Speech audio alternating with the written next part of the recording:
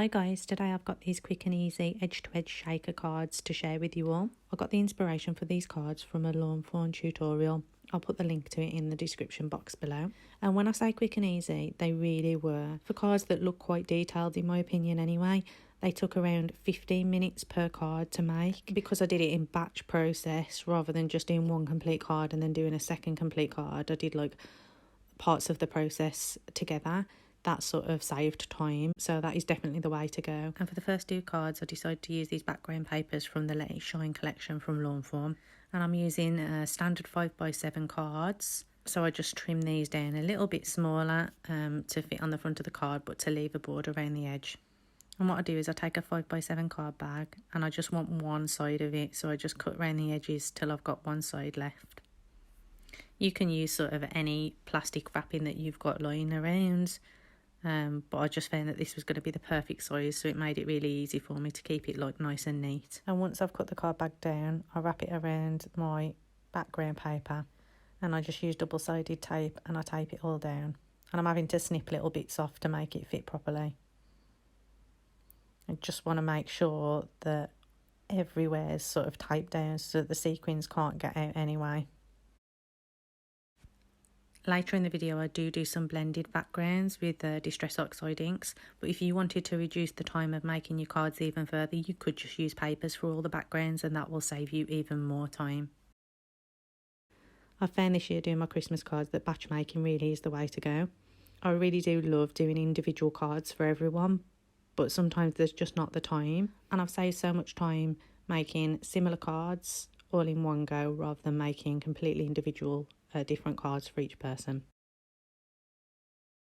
And what I've done is I've cut 2 pieces of white cardstock as well to the same size as this background piece, and then I'm taking off the backing of the double-sided tape, and then once I've got it all off I'm just going to add that white piece of card to the back, and that will also help to make sure the sequins don't escape again.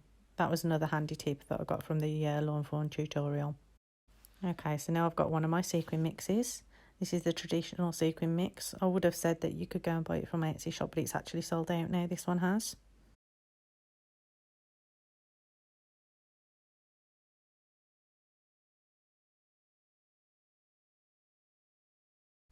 And then I just turn it back over and then I just need to tape down this final edge.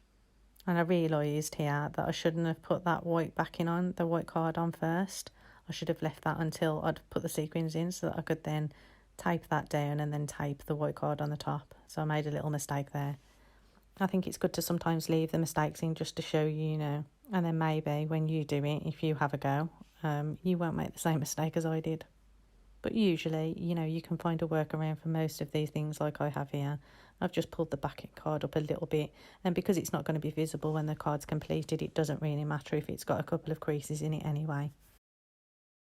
And once that's done, I use some Collal glue this time just to take that one and glue it to my card base. Okay, so then I repeat the process again with this other backing paper.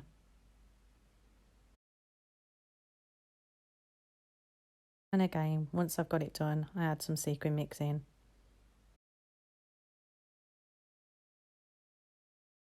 And again, once I've got that backing card onto it, I glue it to the card base.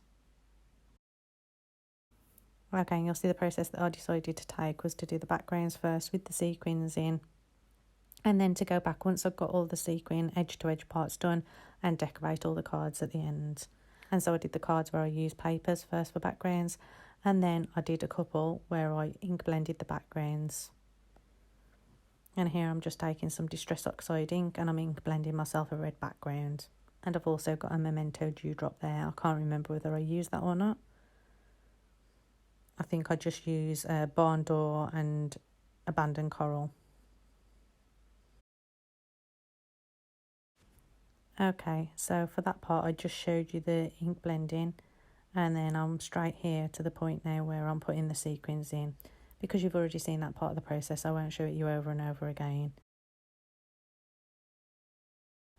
On here now that I've got my sequin mix in, I'm just going to glue it to the card base again. And this is another one of my sequin mixes, and this one is available to buy on Etsy at the moment. So now we're on to the card decorating. And here I've used this sentiment, and this is from the Violet Studio card compendium collection, I think it's called.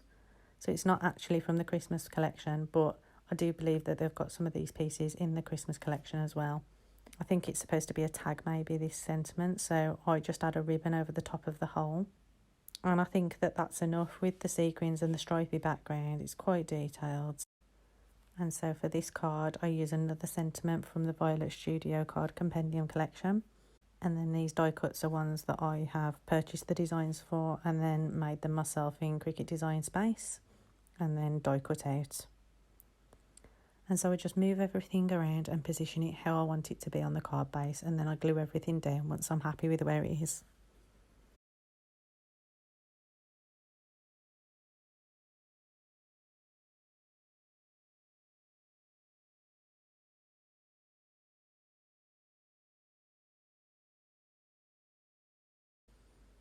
So for this one now I use a bauble,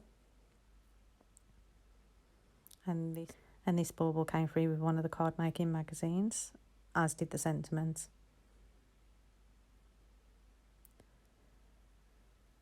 I'll pop in the description below which one it was because I can't remember off the top of my head right now.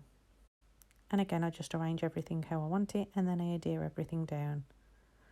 And for my sentiment that I'm gluing on top of the bauble, I use my Stix 2 glue pen because it's really good for finding intricate details.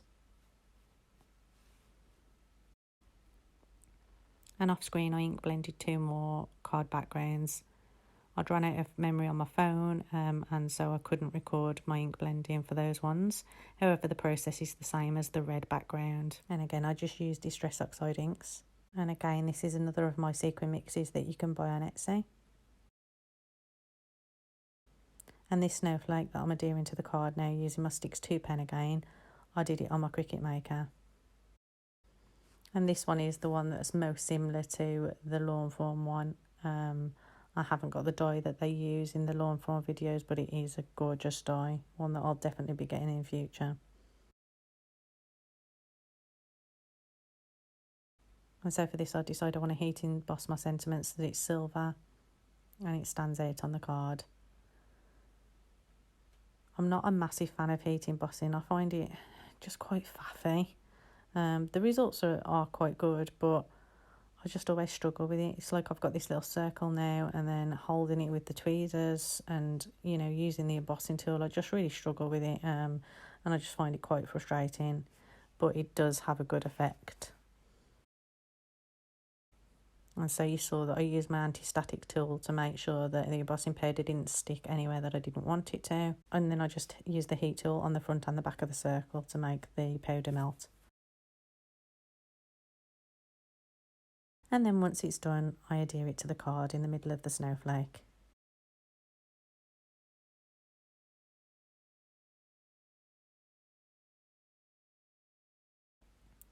And again, I'm just gluing down the snowflake.